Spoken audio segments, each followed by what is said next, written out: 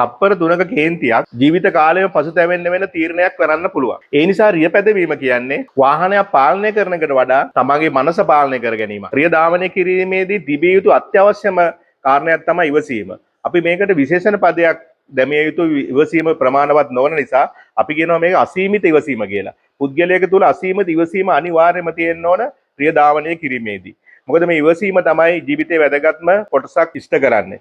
සාමාන්‍ය ජීවිතයේදී අපි දන්නවා අපේ පෞද්ගලික ජීවිතයේදී නිවැරදිව ඉවසීමක් නොමැති නිසා අපිට පෞද්ගලිකව යම්කිසි දෙයක් බලපාන්න පුළුවන්. ඒක රැකියාව හිවීම, නැත්නම් විවාහයට යම්කිසි බලපෑමක් වීම, එහෙම නැත්නම් තමන්ට වෙනත් දෙයක් අහිමි වීම වගේ දේවල්. මෙතන තියෙන ප්‍රශ්නේ රිය ධාවනයේදී කිරීමේදී තත්පර 3ක් ඉවසන්න බැරි වුණොත් ඒකෙන් ඇතිවන හානිය තමන්ට වගේම ඒ වගේම මාර්ගය භාවිතා කරන වටිනා ජීවිතවලට ඒ වගේම දේපලවලට ලොකු හානියක් වෙන්න පුළුවන්. සමහරලාට මේ ඉවසීම නැති නිසා අපිට අවුරුදු ගාණක් සමහරලාට දුක් විඳින්න සිද්ධ වෙනවා. අපිට විතරක් නෙවෙයි බාහිර පාර්ශවයන්ටත් මේ සිදුවීමට මුහුණ දෙන්න වෙනවා. ඒ නිසා මේ රිය ධාවනය කිරීමේදී ඉතාම වැදගත් කොටසක් ඉෂ්ට කරනවා මේ ඉවසීම තුළ. ඒ නිසා අපි මේ ඉවසීම පිළිබඳව මනා අවධානයක් රිය ධාවනය කිරීම තුළින් අපිට ලබා ගන්න පුළුවන්.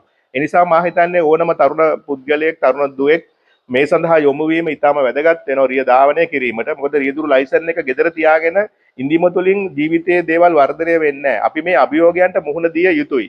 අපි සාමාන්‍ය ජීවිතයේදී ගොඩක් දුරට අවදානකට බය වෙලා සමහර දේවල් කරන්න නැති වෙනවා. ඒ තුලින් වෙන හානිය ඊට වඩා වැඩි. ඒ නිසා මේ අවදානමට අපි මුහුණ දෙන්න ඕන.